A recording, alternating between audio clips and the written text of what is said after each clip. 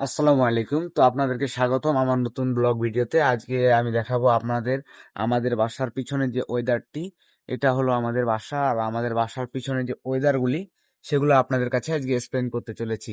তো let's go, follow me my video. প্রথমেই দেখতে পাবেন এত সুন্দর একটি বাগান। বাগানের সাইডে ওখানে আমরা ব্যাডমিন্টন খেলি। তো এখানে আমার ছোট ভাইয়েরা খেলে, আমিও মাঝে সাঝে আসি, কারণ আমার অতটা সময় হয় না খেলার মতো। তো আমি সব সময় ব্যস্তই থাকি। ব্যস্তর ফাঁকে ফাঁকে যখন আমি বাসায় আসি, তখন আর কি আমার বাসার পিছনে আসি এই প্রাকৃতিক দৃশ্যগুলো অনুভব করতে। এই দৃশ্যগুলো আমাকে অসম্ভব সুন্দর লাগে। আর এইগুলাকে বলে কাটার গাছ বলি আমরা, অনেকে ওষুধেরও গাছ বলে থাকে। এটা বিভিন্ন ধরনের কাজে লাগে থাকে। আর এগুলো হচ্ছে সুপারি গাছ, ডাব গাছ, সজনা গাছ।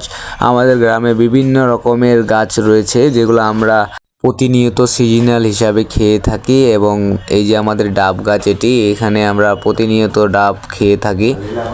এই গ্রামটি হলো মনোমুগ্ধকর পরিবেশ দিয়ে ঘেরা। এত সুন্দর গ্রামে যদি আপনারা আসেন, আপনাদের আর যাওয়ার ইচ্ছা করবে না।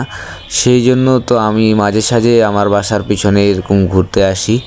মানে আমাদের গ্রামটি এত পরিমাণে সুন্দর যে আপনাদেরকে বলে বোঝাতে পারবো না। এটা হলো আমাদের বাসার পিছনে আর কি। তো এখানে আরো এই যে রোদ্রুটা যখন হয় দেখেন, পুরো একটা সিনেমেটিক লুক দিয়ে থাকে এখানে। তো আপনারা জানেন আমাদের যে ইউটিউব চ্যানেলটি আছে, শফিক এন্টারটেইনমেন্ট।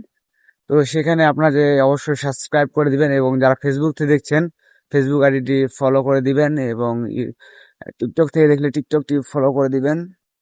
তো সবাই দোয়া করবেন যেন অনেক দূর এগিয়ে যেতে পারি এই ব্লগ ভিডিওর মাধ্যমে। সবাইকে ধন্যবাদ। আসসালামু আলাইকুম।